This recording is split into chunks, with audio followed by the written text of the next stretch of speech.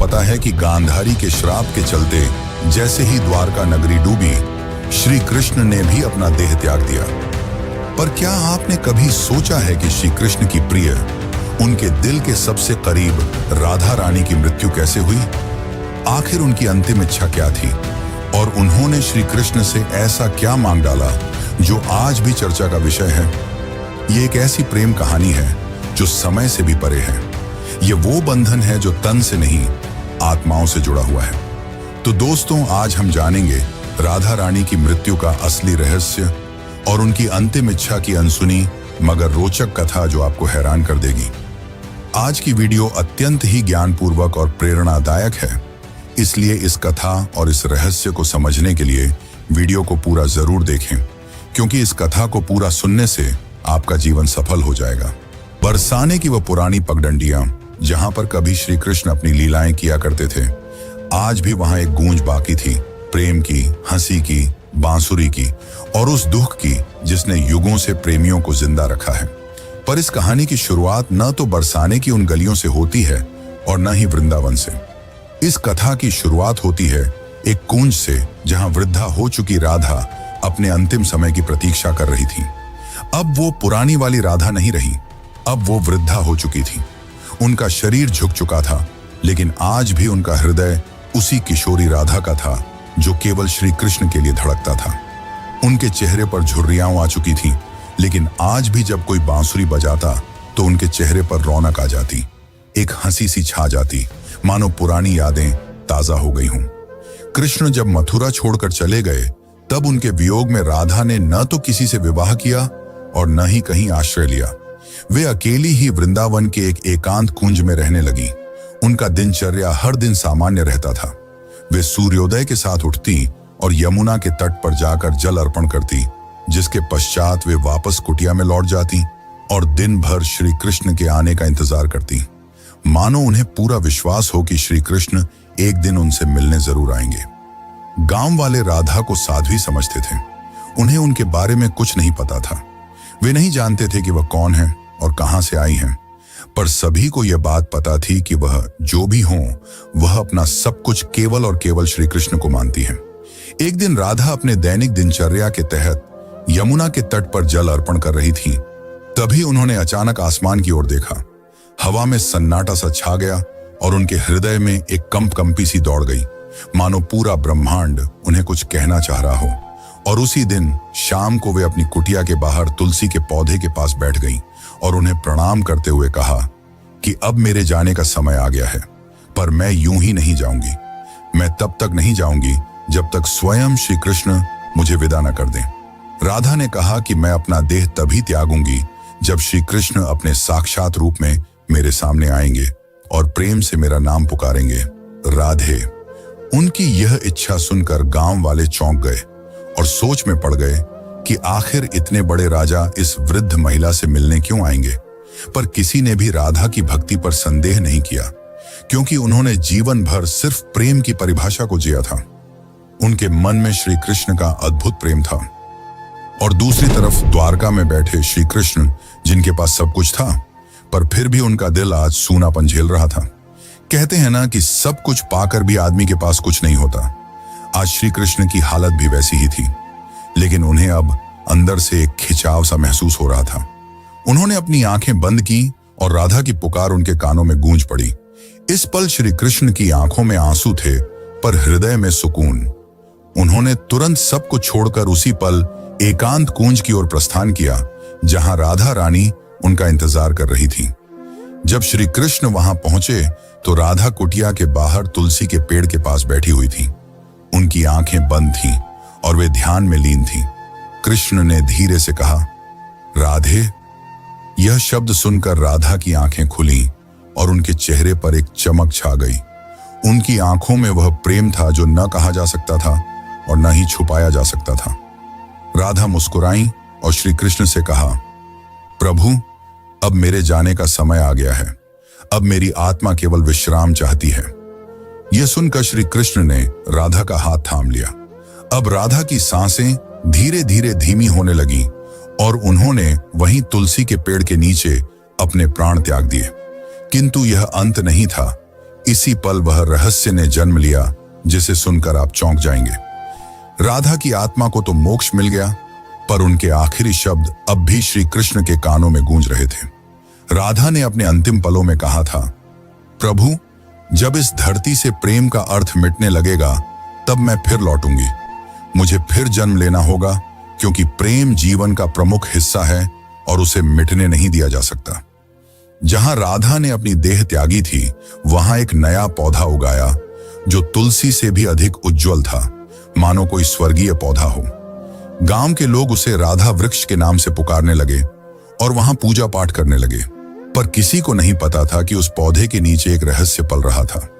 वह रहस्य था राधा के पुनर्जन्म का, जो आपको चकित कर देगा। कई युग बीतने के बाद जब प्रेम का मूल्य घटने लगा और लोग सिर्फ वासना में डूबने लगे, तब बरसाने से कुछ दूर एक साधारण किसान के घर में एक कन्या का जन्म हुआ। उसका नाम ललिता रखा गया, पर यह कोई साधारण कन्या नहीं थी। वह बिना किसी के सिखाए ही बांसुरी की मधुर धुन बजा लेती थी। उसकी बांसुरी की आवाज सुनते ही पेड़ों के पत्ते हिलने लगते और पक्षी झूम उठते। गांव के लोग कहने लगे कि यह कोई साधारण लड़की नहीं, बल्कि किसी देवी का अवतार है।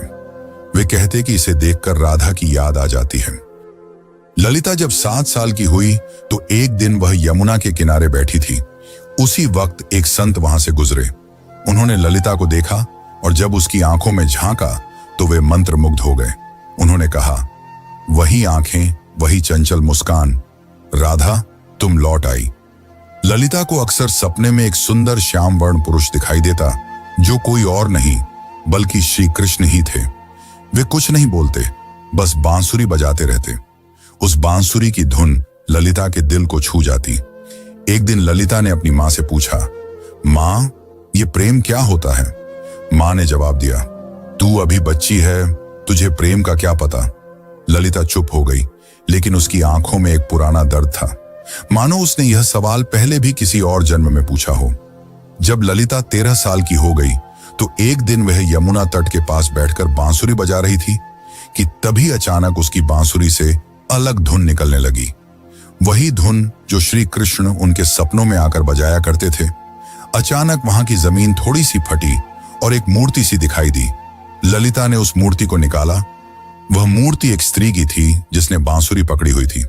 जैसे ही ललिता ने उस मूर्ति को अपने हाथ में उठाया, उस मूर्ति से एक दिव्य आवाज निकली जिसने कहा, तुम लौट आई राधे। ललिता चौंक गई। आखिर यह कौन थी और क्यों उसका नाम राधे पुकारा जा रहा था? तो चलिए जानते अब आगे की कथा, जो और भी रोमांचक और रहस्यमयी है। लेकिन उससे पहले अगर वीडियो अच्छी लग रही हो तो इसे लाइक करके कमेंट में राधे कृष्ण जरूर लिखें। उस दिन के बाद ललिता का व्यवहार बदलता जा रहा था। अब वह गहराइयों में सोचने लगी थी। वो जानना चाहती थी कि वह कौन है और उसका जन्म क्यों हुआ है। आखिर क्यों उसे प्रेम और कृष्ण जैसे शब्द इतना आकर्षित करते हैं। उसी दौरान एक संत हिमालय से कई वर्षों की तपस्या कर बरसाने लौट रहे थे। जब उन्होंने ललिता को देखा तो वे स्तंभ रह गए। वह बोले, युगों पहले मैंने यही आंखें राधा की देखी थी। कन्या, तुम इस युग की नहीं हो। तुम्हारा जन्म किसी उद्देश्य से हुआ है। ललिता ने पूछा, कौन सा उद्देश्य? तब उस तपस्वी संत ने अपनी आंखें बंद कर जवाब दिया, अभी के युग में प्रेम केवल एक शब्द बनकर रह गया है। तुम्हें उसे फिर से जीवन बनाना है। अब बरसाने की गलियों में एक नई कथा जन्म लेने वाली थी। दरअसल यह कथा नई नहीं बल्कि पुरानी थी, राधा के पुनर्जन्म की कथा। अब ललिता किशोर अवस्था में पहुंच चुकी थी। अब उनके मन में विचित्र सी बेचैनी थी, मानो कोई उन्हें पुकार रहा हो। रातों में ललिता यमुना के तट पर अकेले बैठती और उस अज्ञात पुरुष की कल्पना करती जो उन्हें सपनों में दिखाई दिया करते थे। एक दिन ललिता ने अपनी मां से पूछा, मां, क्या प्रेम बिना कहे भी हो सकता है? तब उनकी मां ने जवाब दिया, बेटी, सच्चा प्रेम तो वही होता है जो कुछ कहे बिना ही हो जाए। पर ललिता तो कुछ और ही सोच रही थी। उसका हृदय उस व्यक्ति के लिए धड़क रहा था जिससे वो कभी मिली भी नहीं थी। एक दिन उस स्वामी ने ललिता को अपने आश्रम में बुलाया और कहा, राधे, अब समय आ गया है। कृष्ण इस युग में जन्म ले चुके हैं, पर इस युग में उन्होंने एक ब्राह्मण के रूप में जन्म लिया है और तुम्हें उन्हें ढूंढना पड़ेगा।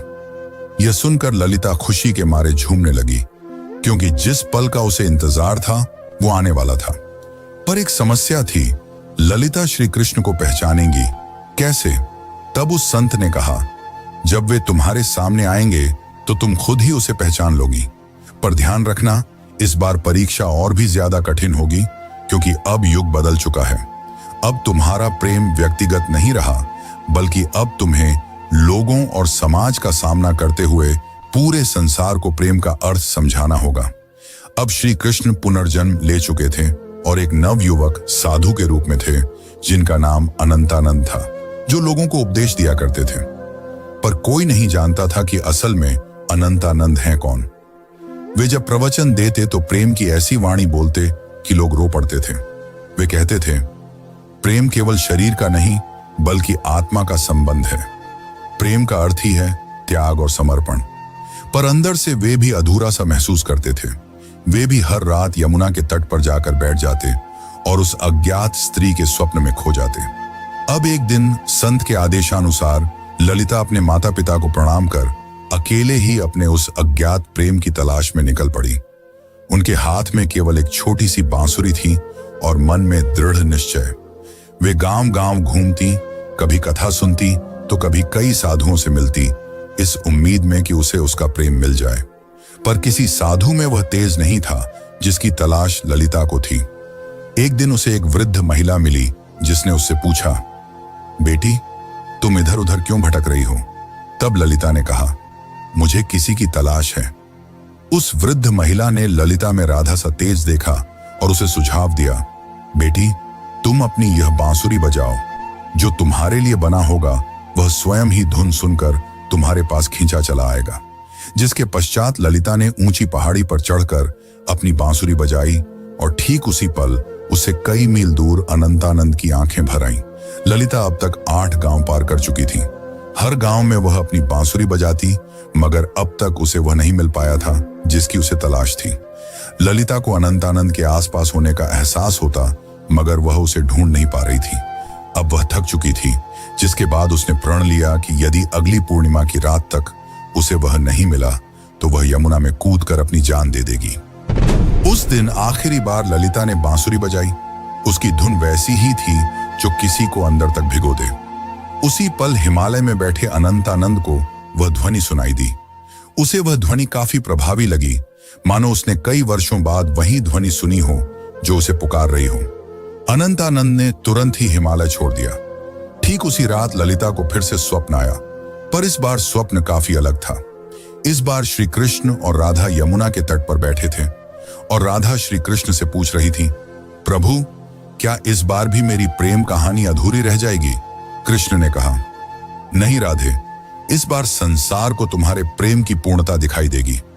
इतना कहते ही ललिता का स्वप्न टूट गया। ललिता के मन में एक नई उम्मीद जाग उठी थी। अब वह उस जगह पहुंची जहां अनंतानंद पहुंचने वाले थे, वृंदाधाम। यह कोई आम स्थान नहीं थी। कहते हैं कि इसी स्थान पर राधा ने कृष्ण को आखिरी बार देखा था और एक शिला को छूकर प्रण लिया था कि जब तक उसकी प्रेम कहानी पूर्ण नहीं हो जाती वह लौटती रहेगी। उस समय वृंदाधाम में एक कथा हो रही थी और उस कथा के वाचक कोई और नहीं बल्कि स्वयं अनंतानंद थे। ललिता बहुत दूर खड़ी थी और उनके चेहरे को भी नहीं पहचानती थी, परंतु उनकी वाणी में कुछ ऐसा था जिसने उसके हृदय को प्रभावित कर दिया। उस दिन अनंतानंद प्रेम की परिभाषा समझा रहे थे।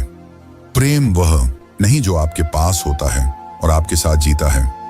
प्रेम तो वह है जो दूर होकर भी पास होता है। वे यह सब बता ही रहे थे कि उनकी आंखें ललिता से टकराईं। दोनों एक पल के लिए स्तंभ रह गए, मानो पूरी दुनिया ही रुक गई हो। अनंतानंद ने तुरंत ही प्रवचन छोड़ दिया और ललिता के पास दौड़े चले आए। तब ललिता ने अनंतानंद से धीरे से पूछा, क्या आज भी आपको मेरी आवाज सुनाई देती है?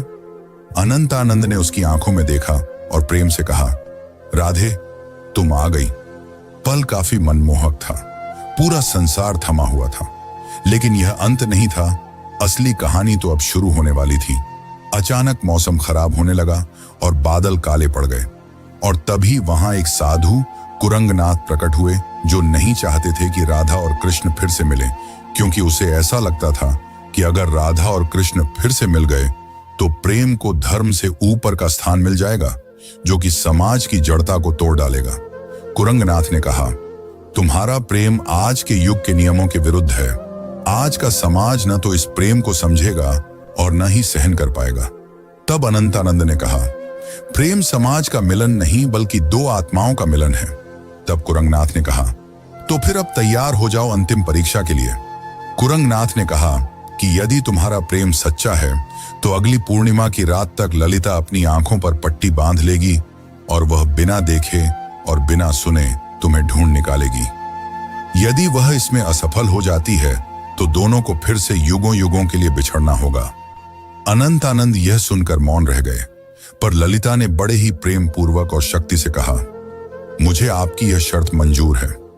पूर्णिमा की रात पास आ रही थी। यह परीक्षा ललिता के लिए केवल एक शर्त नहीं थी, बल्कि उसके प्रेम और संयम की लड़ाई थी।